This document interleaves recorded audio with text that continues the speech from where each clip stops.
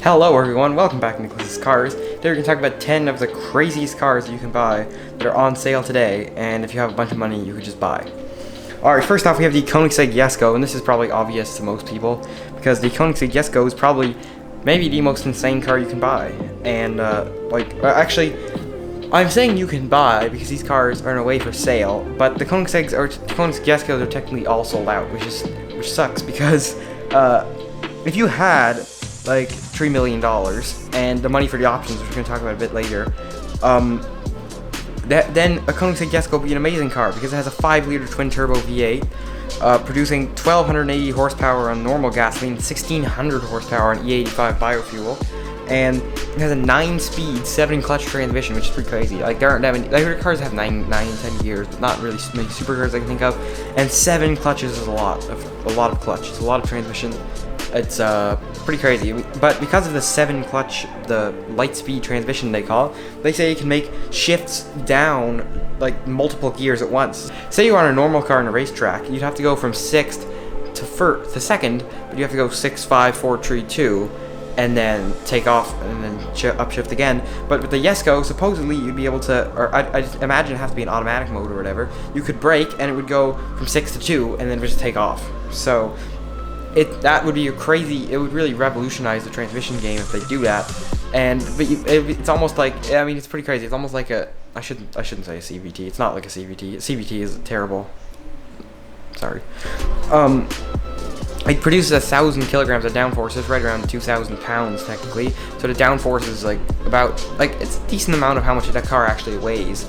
So it's more than half of what the car actually weighs, actually. So it's a lot of what the car weighs. We got the craziest wing. You can get the absolute top speed version. Absolute, not spelled absolute like normal way, but like this way. And the absolute version could apparently do over 300 miles an hour. They want to steal the speed record from Bugatti, which we'll mention later with the Chiron, actually. Chiron, I should say Chiron. I don't know how you're supposed to say it, but the Jesko is a crazy car, and the options list, which we got to see thanks to a YouTube video from Manny Koshbin, who's a Iranian, or technically in America, but an Iranian car collector, and he's got some really cool cars. He showed on his YouTube channel on the options list of this thing and him configuring it, and the carbon body option costs $443,000. So to get a carbon fiber body on this car, essentially not to paint it, that's essentially what it means, $443,000. That's the price of one Lamborghini Aventador, I don't know, 6-7 Corvettes, the price of a lot of Miatas. You could buy like 40 Miatas for the price of the carbon fiber body, and 40 Miatas is a lot. Like, with 40 Miatas, I mean, with the price of the Jesko and plus options being stuck on there, I mean, you can be like $4 million. I mean, that's like, you could have like a 50-car garage of all Miatas, and you can have Miata demolition derbies. By the way, I'd love to see a Miata demolition derby someday, so that would be quite the thing to see. Anyway, that's the Jesko. Alright, next up, we have to talk about the Delage D12, and this is a crazy thing. 7.6 liter V12, which I've never really seen, except for the TVR Speed 12, which is another crazy car I talked about in last week's video, which is up here. The TVR Speed 12, or not TVR Speed 12, the Delage D12 is a really crazy supercar, 990 horsepower from that V12, and this car has not technically been officially produced, but it is really cool. It's a single, I was gonna say it's a single seat, but it's actually a 2-seat. I think there might be both a 2-seat and a single-seat version. Central drive hypercar, very similar, like a Formula 1 kind of open-wheel racer setup. Really cool interior, insane looks. This is like thumbnail gold right here. And the thing is just so cool. 225 miles an hour it'll do. Yeah, I mean, there isn't much else that looks like that. It looks like it would be one of these electric hypercars. It looks kind of like one we're going to talk about later. The car is just so insane. $2.5 million. I personally like it a little better than the Jesko, and that everyone has a Konigsegg, you might say, in the ultra multi-million-dollar car range, and there's so much hype about the Konigsegg. This is really cool. And Delage, by the way, the company built Formula 1 cars and stuff and engines back in the 30s and 40s, so this is their first car pretty much ever, or in a very long time, so it's pretty cool. I hope it goes into production. I hope people buy it. Alright, next up we have to talk about the Hennessy Venom F5, which is potentially the fastest car in the world, potentially faster than the Jesko, because it's got a twin-turbo engine, like similar to the LS, but similar Corvette engine, but 6.6 liters, twin turbo, 1,817 horsepower, which is a lot of horsepower. 1,817, that's a lot. I mean, how many Miatas is that? Around roughly 18, 19, 20, let's just say 20 Miatas. So That's a lot of horsepower. 20 Miata's worth of horsepower from one engine. It weighs about 3,000 pounds, so it's very lightweight for compared to some cars that have like this much power, like the Chiron. And it doesn't have a lot of downforce. There's going to be a wing available with it, but it's not really a track car as much as a straight line kind of takeoff car, even though it'll still handle well like the Chiron does. And even in a way like the Jesko. The Jesko can be very track focused, but the Absolute is like a good handling car meant for top speed. Kind of the same the Venom is. The Venom will cost $2.1 million. I don't think the Venom has any crazy options like the Jesko does, but it'll do 300 plus miles an hour supposedly. So it'll be very interesting to see the Jesko and the Venom against each other. Alright, next up is the KTM Crossbow GTX. And people might get upset and say, oh my gosh, it's a KTM Crossbow, like that's like a $100,000 car. But this is one that I thought was worth including, mostly because of its styling, which is ridiculous. It just looks ridiculous.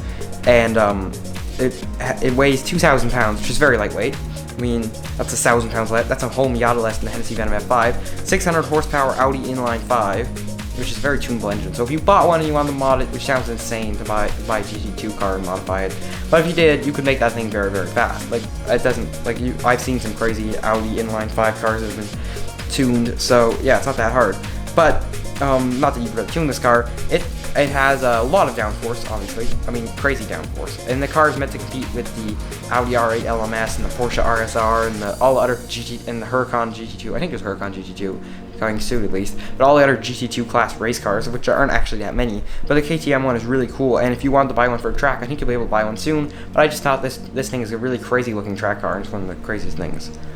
Alright, next up is the Calivo Motorsports Viper. And before people go, again, like, oh my gosh, you put a Viper on the list because a Viper is not a $1 million supercar, and a Viper isn't a Konigsegg, and a Viper is technically not a new car, before anyone freaks out. The Calivo Motorsports Viper, I thought was worth including, because if you buy a Viper ACR, of which there are many low-mile ones, almost essentially brand new, then, which is already an insane car, 600 horsepower, one of the fastest cars, pretty much you're always going to be the fastest guy at track day, unless someone brings a Senna. You're going to be really fast with the Viper ACR. Just so cool looking. It's a really, really great car. They sell for like 200 grand plus now. They're really cool. And if you can afford an ACR and you just want, and 600 horsepower is not enough for you, and you want like 1,000 horsepower, or 2,000 horsepower, or 2,500 horsepower, or maybe even 3,000 horsepower, and then you can get the Calivo Motorsports Viper, which is essentially gives you 1,500 to 2,000 wheel horsepower. That's not even normal horsepower, so it's like with the 2,000 wheel horsepower, probably making 2,500 actual horsepower, which is crazy. 2,500 horsepower is actually nearly double what the, actually is roughly double what the Jesko makes on standard fuel, so you have double the power of a Jesko. And I imagine a rear-wheel drive car like a Viper, which is already known for being sketchy, that must be quite the car to control, and you could never turn traction control off and go straight in that thing. It would be a very hard car to go straight in. They also swap in a sequential transmission, which is kind of cool. The kit costs $140,000 plus an ACR, so you're looking at a pretty expensive car. But actually, for 2,000 horsepower, you're going to get a lot of performance. That's a real bang for your buck. All right, next up is the Bugatti Chiron. People have all kinds of different names for it, but anyway, it's a really crazy car, and obviously this is one everyone will know about, just like the Jesko. But you have to include it in the list. $3 million the thing costs. The options on the car are crazy. Like $60,000 interior options. The paint is like getting carbon options is like $300,000 for the exterior. It's a crazy expensive thing, but it'll do between each version you get between 260 and 300 miles an hour. The car is really, really beautiful. It's one of those beautiful cars ever made. I definitely have to say that. It's kind of understated compared to some of these hypercars. And it weighs 4,500 pounds though, which is the only problem, because you've got like half the weight of you've got double the weight of the KTM. Actually, I mean, 2,500 pounds, I mean, I'm just like trying to think of a car that weighs around that much. It's like you're double compared to what some lightweight supercars are. So, I mean, it's like, yeah, you're going, it's a very heavy car, that's for sure. But it has quad turbo W16 8 liters, which is one of the craziest engine you can think of, really. 1,500 horsepower. It's just such a crazy car. And yeah, I mean, you have to include Chiron. How can you not? Alright, next up is the Rimac Concept 2. And I don't have to say much about this except that it has 1,888 horsepower. It's electric, and it will do 0 to 60 in 1.8 seconds and a quarter mile in less than 9 seconds. And it's really fast and pretty cool. And it's made in Croatia. That's it, I think. Next up is the Razer Tachyon, which is another electric hypercar, and mostly because of the looks of this car. Now, it's funny, this car was included in Forza Horizon 4, which is a game that I play fairly often, and I've gotten to drive around with Tachyon, not too much, but from what I've heard people's comments and stuff saying, the Tachyon is not a very good driving car in Forza Horizon 4, and it almost feels slow for what it is. It's 1,250 horsepower, 3,600 pound-feet of torque, which is like if your Ford Super, you think your Ford Super Duty has a lot of torque. Look at this thing, 3,600 pound-feet of torque. That's just nuts. But 2,950 pounds the thing weighs, so it's actually kind of heavy for a car that looks like this compared to the Delage. The Delage is a lot lighter, but I mean, 1,000 plus pounds of downforce. For some reason, the car just doesn't feel all that great in Forza Horizon 4. So I assume because the Jesko also drives a little funny in Forza Horizon 4 with all its power, that this is just that it drives better than this in normal life. But I mean, no one's really tested Tachyon. No one's really tested a lot of these hypercars. So I'd love to see someone drive a Tachyon, maybe myself someday. So we'll see. Stay tuned. Subscribe because you never know. Next up, we have the Apollo IE, which is, I think, maybe my favorite car in this list. It just looks so crazy. It is it's not necessarily beautiful, but I'd say it's maybe my favorite looking car ever. Seriously, the car is so pretty looking. There isn't anything else that really looks like it. They built 10. I don't know if they're all sold. I'm not sure exactly what the story is, but I guess technically it's a newish car, which is kind of what all these cars are. And the Apollo IE is crazy. 6.3 liter Ferrari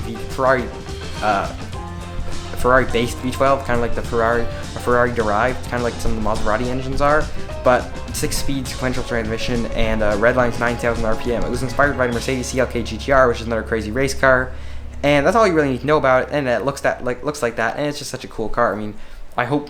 I mean, I love to drive an Apollo E someday. It's such a crazy car. I'm not sure exactly what they sell for, but definitely in the millions. All right, last off, we have the Zenvo TSR, which is a crazy supercar, crazy supercar, and it has 1,177 horsepower, which is a lot. Twin supercharged V8, which is really crazy. Twin superchargers, that's not something you see in cars very often. Based off of a Chrysler or something, a Chrysler GM engine V8. And it's got the craziest rear wing. It goes, I mean, I don't know, maybe put a video of it or a picture of it on the screen, but it goes up and down, side to side, back and forth. It's the active aero taken to the most extreme. Some people say it actually makes the car handle worse, even though it does look really cool.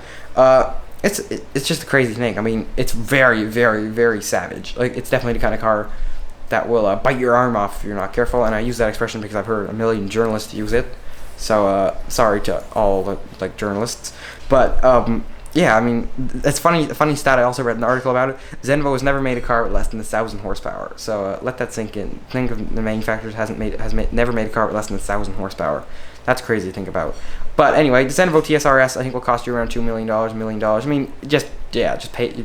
You have to expect you're going to pay 7 figures for the car. And I think there's a lot of options and stuff. And the touchscreen in the center is literally an iPad, which is kind of cool and kind of funny. But anyway, I guess that's it for this video. I mean, there are plenty more cars that are like this that I could cover. So I hope to cover more of this in the near future. And I will see you next time, I guess. So make sure to give the video a like if you enjoyed it. And I'll see you next time.